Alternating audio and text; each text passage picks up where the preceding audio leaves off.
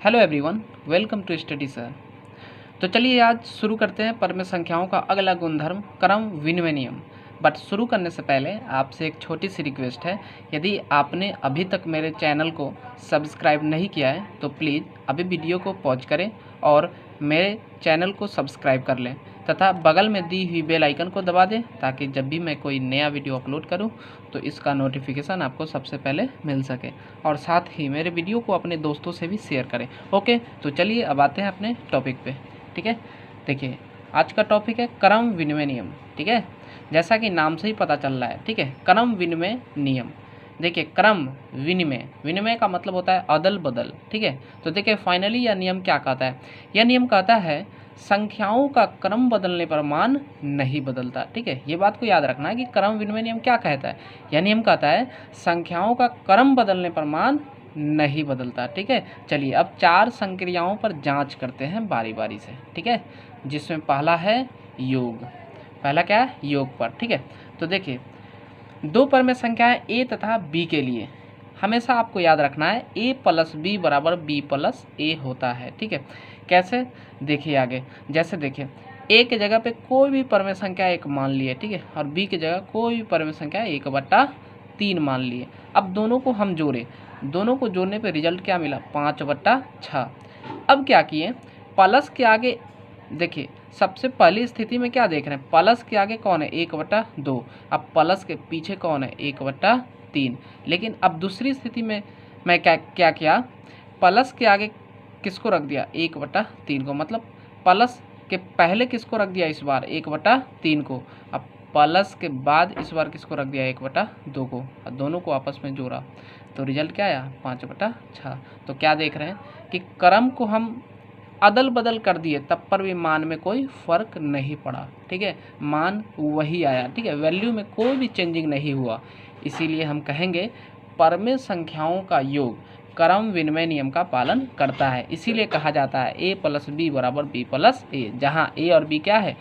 दो परमेय संख्याएं हैं। ठीक है, चलिए आई होप समझ में आ गया होगा। चलते हैं अब घटाव पे देखते हैं। ठीक है, तो देखिए घटाव में भी उसी तरीके से a माइनस बी बराबर बी माइनस ए, लेकिन a माइनस बी बराबर बी माइनस ए सत्य नहीं है। इसका मतलब परमेय संख्याओं का घटाव क्रम विनिमय नियम का पालन नहीं करता है। कैसे नहीं करता है? देखिए आप, नज़ारा आपके सामने है। ठीक है, जैसे देखिए ए की जगह पहला परमेय संख्या क्या ले लिए? 1/4। बी की जगह एक अगला परमेय संख्या क्या लिए?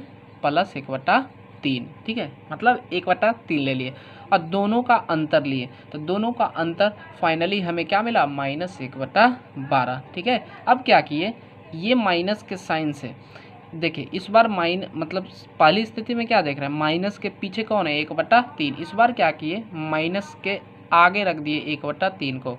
और पहली स्थिति में देख रहे हैं कि माइनस से पहले 1/4 है, लेकिन इस बार हम क्रम बदल रहे हैं इसीलिए माइनस के पीछे किसको रख दिए? 1/4 को। और दोनों का अंतर ले रहे हैं तो देखिए रिजल्ट क्या आ रहा है? प्लस 1/12। तो क्या लगता है आपको ये दोनों आपस में बराबर है? तो कभी नहीं, ये दोनों आपस में बराबर नहीं है। तो क्या हम देखें कि परमेय संख्याओं के घटाव में यदि हम दो परमेय संख्याओं का क्रम बदल रहे हैं तो वैल्यू क्या हो जा रहा है? चेंज हो जा रहा है। ठीक है, इसीलिए कहा जाता है कि परमेय संख्याओं का घटाव क्रम विनिमय नियम का पालन नहीं करता है। इसीलिए a माइनस बी बराबर इसे बदल कर b माइनस ए लिख देना सही होगा? नहीं सही होगा। ठीक है, एकदम गलत होगा। तो ये बात को ध्यान रखेंगे। ठीक है, कि परमेय संख्याओं का घटाव क्रम विनिमय नियम का पालन नहीं करता है। ठीक है, चलिए अब गुणा की संक्रिया पे चेक करते हैं। ठीक है, तो देखिए सबसे पहले ही मैं लिख दिया a गुने बी बराबर b गुने ए सत्य है। इसका मतलब क्या हुआ कि परमेय संख्याओं का गुणा क्रम विनिमय नियम का पालन करता है। ठीक है, चलिए एग्जाम्पल देखते हैं। देखिए गुणा से पहले इस बार एक परमेय संख्या क्या ले लिए? a की जगह पे क्या ले लिए? -1/7। और b की जगह पे कौन सा परमेय संख्या ले लिए? -2/5। और दोनों को आपस में मल्टीप्लाई किए तो देखिए रिजल्ट क्या मिला? 2/35।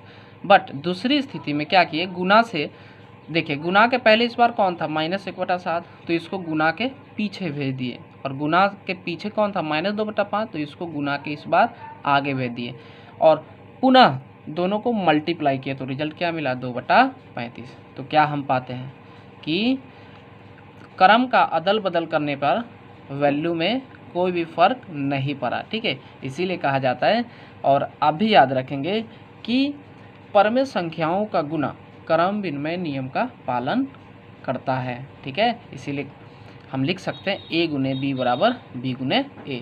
ठीक है, चलिए अब भाग में चेक कर लेते हैं।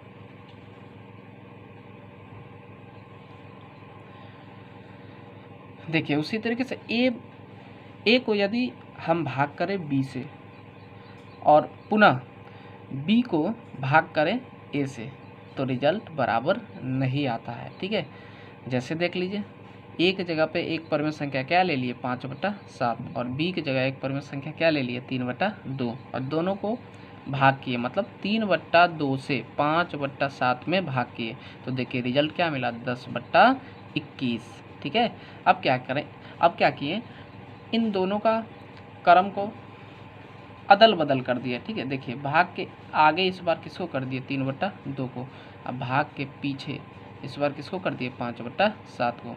अब पुनः 5/7 से 3/2 में भाग किए तो देखिए रिजल्ट क्या आ गया 21/10। तो ज़रा दोनों को गौर से देखिए, दोनों बराबर है तो आप कहेंगे बराबर नहीं है, बिल्कुल दोनों बराबर नहीं है। तो क्या पता चला कि मतलब परमेय संख्याओं का भाग क्रम विनिमय नियम का पालन नहीं करता है, इसीलिए a भागे b बराबर b भागे a कर देना सत्य नहीं होगा। ठीक है, तो ओके, आज के लिए इतना ही। अब अगले गुणधर्म को अगले वीडियो में सीखेंगे। तो कैसा रहा आज का क्लास प्लीज़ कमेंट करके ज़रूर बताएं, और यदि अच्छा लगा तो लाइक करें और मेरे चैनल को सब्सक्राइब करें तथा अपने दोस्तों से शेयर करें। अब मिलते हैं नेक्स्ट वीडियो में, तब तक के लिए मुस्कुराते रहिए और पढ़ते रहिए। Okay, thanks for watching.